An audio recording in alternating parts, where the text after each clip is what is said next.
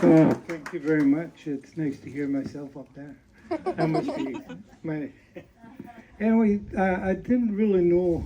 I thought if I could get started talking, then maybe some more would come. Because anyway, I was born in 1943 in Glasgow in Scotland, and it was the time when the war was still going on. There was, bombed up buildings and stuff in and around my world. And my life has gone from there to here over that period of reconstruction. It was a nice time to be born, just after the war, because things were building and being re-established, and I just things were getting better and better year by year, to the point where I went to art school in Glasgow, and I'm just thinking how much the world was coming in to my little world, because as I say, the war was over.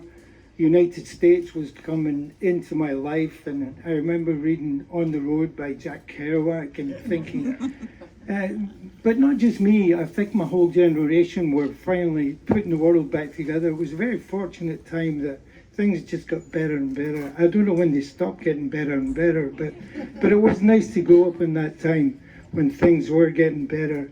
And when I got to be 21, I really thought I should see something of the world. My family had moved to Australia, and I thought I would go overland to Australia. They flew there, but the journey changed me so much.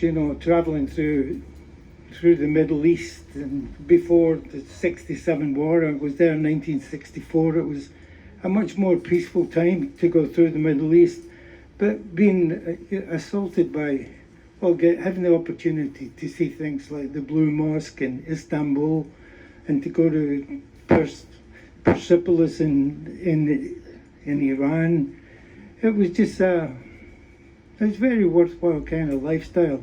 And there were lots of people. My generation seemed to be doing this same thing, like going from London to Kathmandu was kind of what people were doing, and I was like 21, 22, so it was a great experience, and it was a continuation of my art school, because I was finding art forms that I'd only ever seen at the back of books, because most of the art books I studied were the story of European art, of Egyptian, Greek, Roman, Renaissance, Enlightenment, the 20th century, and the books about Asia or Africa or the Americas was just very skinny at the back of the books. And here I was getting to see stuff that I hadn't really seen much of in my existence, and so it was very fulfilling. And I did manage to keep drawing and painting, mostly miniatures, and easily portable, and I tend to work in gouache, which is a very portable medium, and it was easy. Like I say, I worked in miniature and kept things small and could travel on. And I really don't know what more to say except that.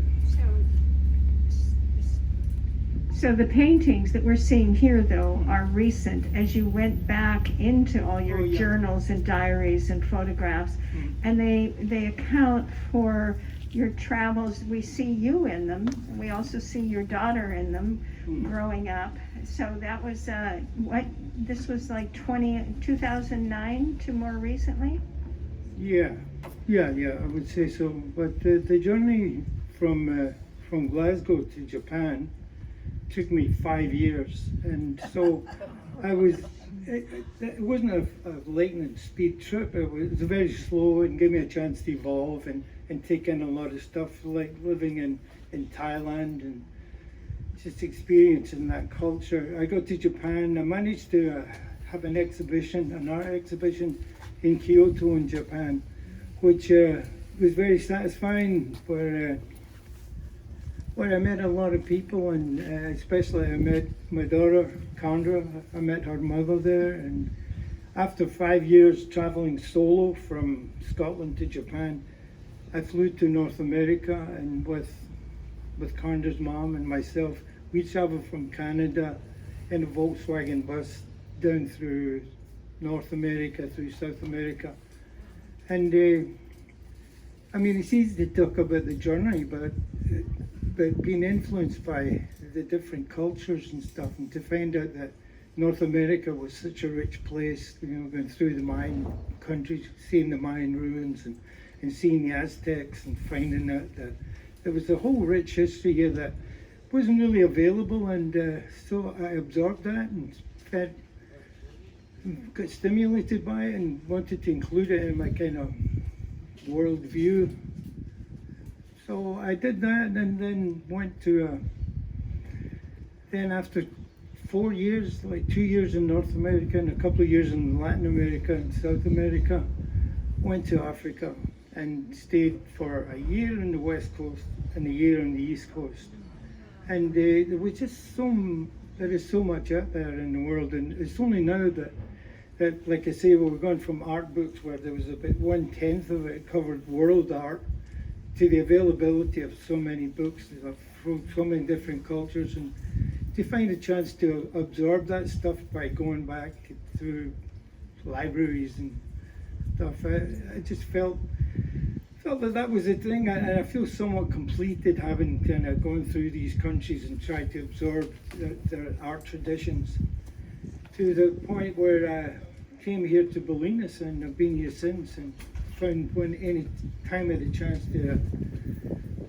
to find time to paint, I did. And but I guess my subject matter just tends to be this kind of notion about world art, world cultures, and how enriched the whole thing is, and how we can deal with that. We're doing with that, and then enjoying the world culture that we live on, because you become kind of very kind of global. To travel for 12 years around the world, you become very global, less nationalistic, and more into humanity and the movements of people in art and culture and ideas around the world. I think I've run out. That's me.